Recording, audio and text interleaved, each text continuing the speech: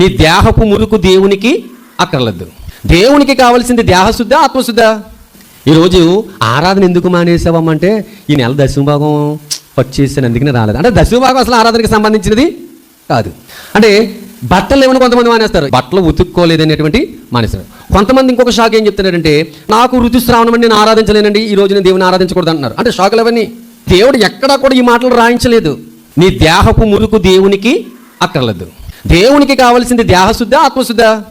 ఆత్మశుద్ధి కావాలి. అందుకని ఆజ్ఞలు 10 ఉంటే ఆ 10 ఆజ్ఞలలో 2 ఆజ్ఞలనే క్రొత్త నిబంధనలో పెట్టాడు దేవుడు. ధర్మశాస్త్ర సంబంధమైన ఆజ్ఞలు ఎన్ని ఉన్నాయి? 10 ఉన్నాయి. 650 ఆ ఆజ్ఞలు కాకుండా ప్రధానమైనటువంటి ఆజ్ఞలు ఇశ్రాయేలుకి 10 ఉన్నాయి.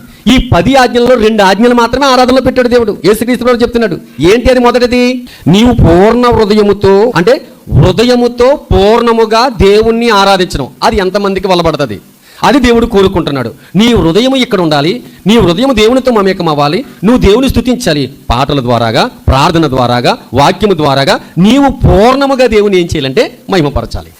దానికి అడావుడేమీ అవసరము లేదు. నువ్వు ప్రార్థన చేయాలని నోటితో గట్టిగా దేవా ప్రభువా హల్లెలూయా స్తోత్రం అనేది ఒకవేళ అందరి మీద నీకు ఒక ఆలోచన ఉంటే అనొచ్చేమో కానీ అది దేవుడు నువ్వు గట్టిగా అరుస్తున్నావు అని నువ్వు బాగా చేసావని మాత్రమే అనుకోవడం.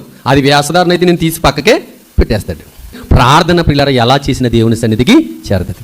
దానికోసం అన్నగారు ప్రార్థన నోట్లోనే చేసుకుంది. గట్టిగా చేసిందా? ఆయన ప్రార్థన చేస్తున్నాడు, ఏకంగా పరలోకానికి ఇరబడినంత గట్టిగా కేకలేస్తున్నాడు.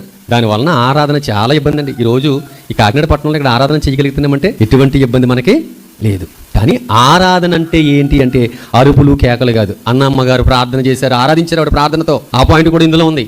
ఆవిడ ప్రార్థనతో ఆరాధించింది దేవుణ్ణి. అంటే ప్రార్థన ఒకటి సరిపోతా? అసలు ప్రార్థన ఆవిడ ఎలా చేసింది? ఆ ప్రార్థన ఏలీకి కూడా అక్కడ వినపడలేదంటే అక్కడ హృదయంతో చేసింది ప్రార్థన. అందుకని ఆత్మతో పాడుదును, మనసుతోనూ పాడుదు. పాటలు ఎలా పాడాలి? ఇప్పుడు ఆత్మతో పాడాలి, మనసుతో పాడాలి. అంతే తప్ప మనుషులు చూసి మనుషులు మెచ్చుకునేటట్టుగా పాడకూడదు. ఈ రోజు సింగర్స్ అందరూ ఎక్కువగా 199 మంది మనుషుల్ని ఇంప్రెస్ చేయడానికి పాడుతూ ఉంటారు చాలామంది. ఇప్పుడు ఆ స్వరాలు కానీ ఆ గమగాలు కానీ రాలేనటువంటి వారు ఆరాధన చేయలేనట్ట.